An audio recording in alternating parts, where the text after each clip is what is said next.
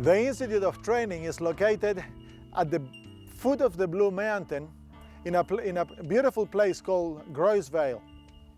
God has provided a beautiful facility here where we have lecture rooms, we have a small health center, and we also have living areas, kitchen, and 12 dorms where the students are located. Now, the purpose of the center here is to train young people in 3 main areas. What we want to accomplish when young people come to the center is, first, we want to develop in them a spiritual attitude. We want to teach them to walk with the Lord. We want them to know how to listen to the voice of the Lord, what it means to live as a Christian, how to surrender their lives to the Lord. Second, we want them to know what it means to live by faith. And here at the center, students have a first-hand experience of living by faith. When they come here, we don't charge them. They live for 6 months here at the center where they are getting accommodation, training, and food for free. But their personal needs, fuel needs, are not provided for so that they can begin to trust in God for themselves.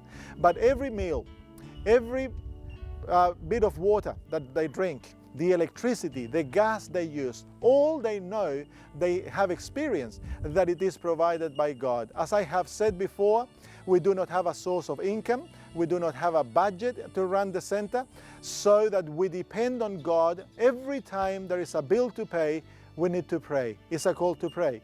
And we've had over and over needs that we need to kneel down and ask the Lord. In June last year, we had a $21,000 bill to pay, and there was no money coming in. One Monday morning, we gathered around with the students, and I presented the needs. I asked them to search their hearts, to search their lives, and we did exactly the same. Within a week and a half, the Lord had provided the money to pay our bills, and an extra. There was money now to buy equipment and to fix the property and to do other things. And so the students here have a first-hand experience in what it means to live by faith. They had, miracle stories. They had fuel stories where the Lord delivers fuel for them when they run out of fuel. And in my heart, I see that a student, a young person that learns to trust in God, and they can experience that God is a trustworthy being, that they can cast all their cares upon, they will never forget about that. Third, the third point of their training and the objective of their training is that we want to develop them as experienced or professional workers. Some of the workers here become Bible workers. They will go out and work in churches or help us develop our evangelistic program in different areas of the city. Other workers will go and begin to work in the aviation program, become mission pilots. Other workers will become health workers. And so we are trying to cater our program and develop it in such a way that all our workers in the different areas of ministry, they will be highly spiritual, they will depend on God by faith, and they will also know how to win a soul. We were having a Bible study, and we knocked on this door, and we were introduced to this lady, and she said to me straight away, "Be careful, I'm a witch." And so I said to her, "How did you become a witch?"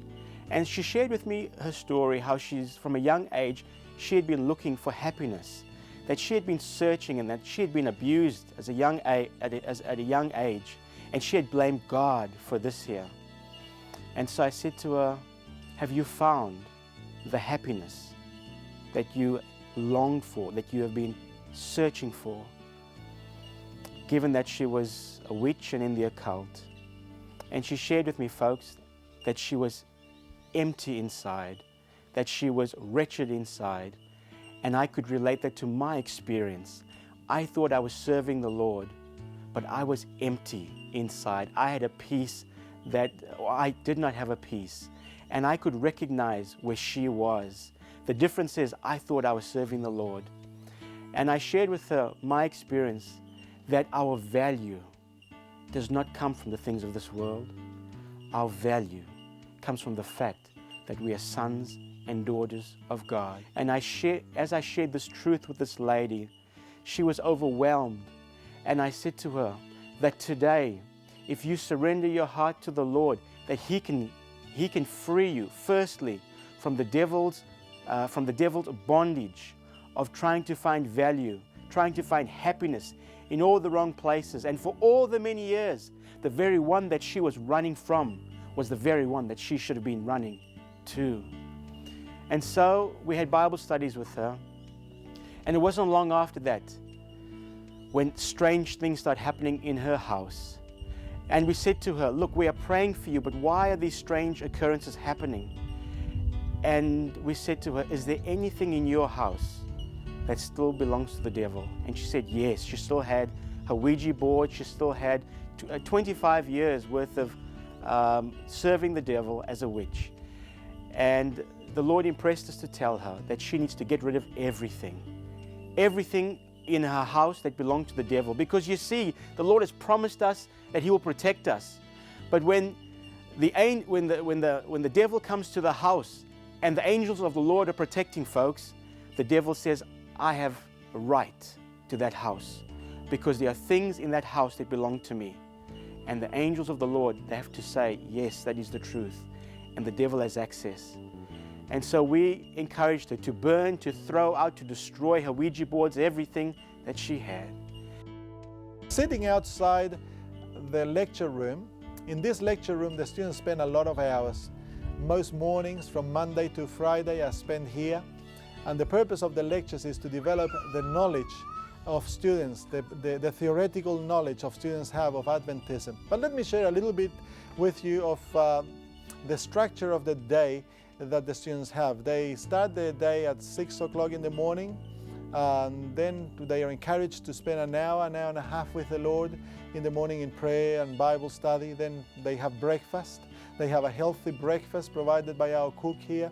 And then after that, we join together for worship at 8:30 in the morning, and we go from 8:30 until 9, where the students, they themselves have to develop the worship program there. They preach at that time, so they develop those skills there. And from 9 onwards until 12:30, we have the theoretical part of training, where we have different lecturers coming to share their knowledge with the students. Here we study things like Daniel and Revelation, the sanctuary. We study health. We study, evangelism, the different areas that a person will need in order to become an able worker. And the students have a lot of fun in this time. They are required to read and to hand in exams and things like that. From 12:30 to 1, the students go through a time called quiet time, in which they are encouraged to spend time with the Lord by themselves, to go somewhere back to their rooms or go for a walk in nature here and pray or meditate, study their Bible or read some book. Then comes lunchtime, and after lunchtime the students will go door knocking with a simple survey. And we encourage them to door knock every afternoon until they have at least found 10 contacts. And it's hard work. Door knocking is hard work. The students at first resent it a little bit. They sweat a lot, but eventually they learn to love it, and truly they become really good at personal skills and working with people. In the evenings, they spend time eventually giving Bible studies. They come back to the center. And then at the end of the day, they are required to be in their rooms by 9:30, and lights have to be off by 9:30.